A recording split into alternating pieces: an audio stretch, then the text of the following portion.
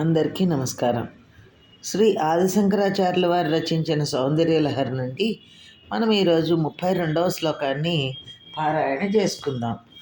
ఇది నిత్యపారాయణ చేసుకోవడానికి వీలుగా సకల విద్యా సిద్ధి కోసం ఈ స్తోత్రాన్ని, ఈ శ్లోకాన్ని పారాయణ చేయవలసిందిగా మనకి శంకర్లు అనుగ్రహించారు. శివశక్తి కామః క్షితిరథ రవిసీత కిరణః స్మరోహం సస్రక్రస్ తదను చ పరామారమరయః అమీహృల్లేఖాభిః తిసృభిరవసానేషు ఘటితాః భజంతే వర్ణస్తే తవ జనని నామావయవతాం అంటూ చెప్పిన ఈ శ్లోకంలో మనకి శివుడు శక్తి, మన్మధుడు, భూమి ఈ నలుగురు వరుసగా సూచించు క, ఏ, ఈ, ల అను అక్షరకూటము, సూర్యుడు, చంద్రుడు, మన్మధుడు, సూర్యుడు, ఇంద్రుడు ఈ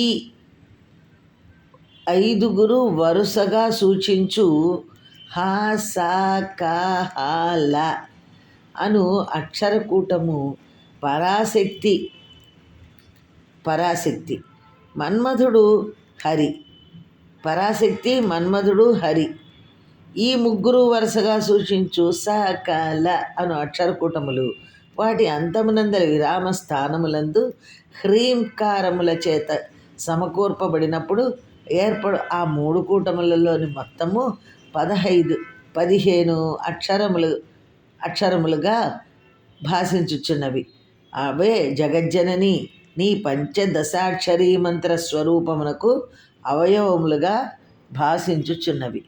పంచదశాక్షరీ మంత్రము అంటే ఇది వివరణ ఇచ్చారనమాట. 1 లక్ష్మీధర పండితుల పద్ధతి ఉంది.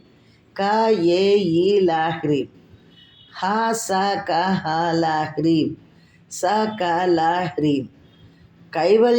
రెండోది కైవల్యాశ్రమి పండితుల పద్ధతి. హ, స, క, ల, హ్రీం, హ, స, క, హ, ల, హ్రీం, స, క, ల, హ్రీం 3 కూటములు అన్నమాట ఇవన్నీ. శ్రీమద్వాగ్భవ కూటైక స్వరూప ముఖ పంకజ అంటే ఈ కూటములతో నీ యొక్క ముఖ పంకజము నిండి ఉంటుంది. అంటే ముఖము కంఠాద కటి పర్యంత మధ్యకూట స్వరూపిణి, కంఠము నుండి కటి అంటే నడుము వరకు, శక్తి కూటైక తాపన్న కక్ష్యదో భాగధారిణి కటి నుండి క్రింద వరకు ఈ 3 నామములలోనూ ఈ కూటములు ఏర్పరచబడి ఉన్నాయన్నమాట.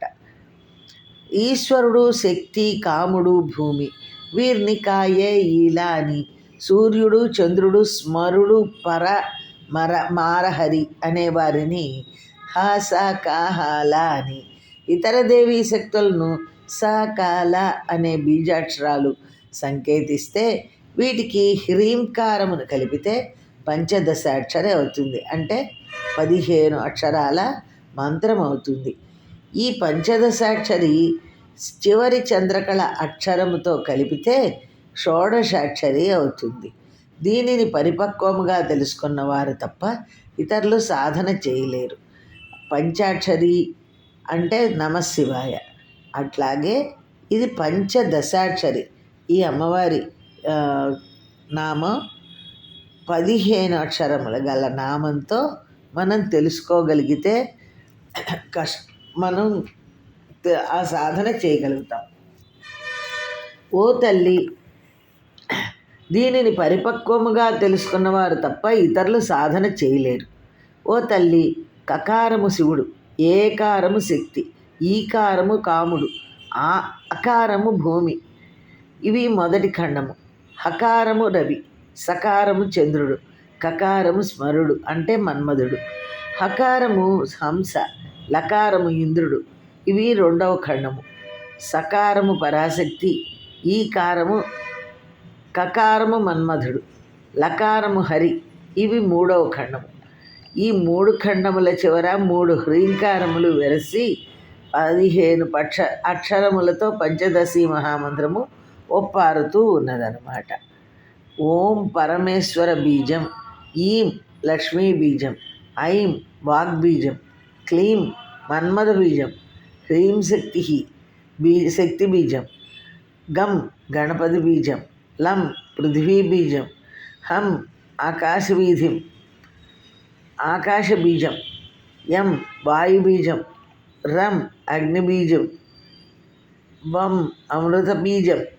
పంచభూతాల లక్షణాలు ఆకాశము, శబ్దము, వాయువు. ఆకాశము అంటే శబ్దము, అదే వాయువు అంటే శబ్దము స్పర్శ. అగ్ని అంటే శబ్దము స్పర్శ రూపము జలము. శబ్దము స్పర్శ జలము శబ్దము. శబ్దము స్పర్శ రూప రసము భూమి శబ్దము. శబ్దము స్పర్శ రూపము రసము గంధము. ఇదే పంచీకరణ అని మనం తెలుసుకోవాలన్నమాట. ధన్యవాదములు.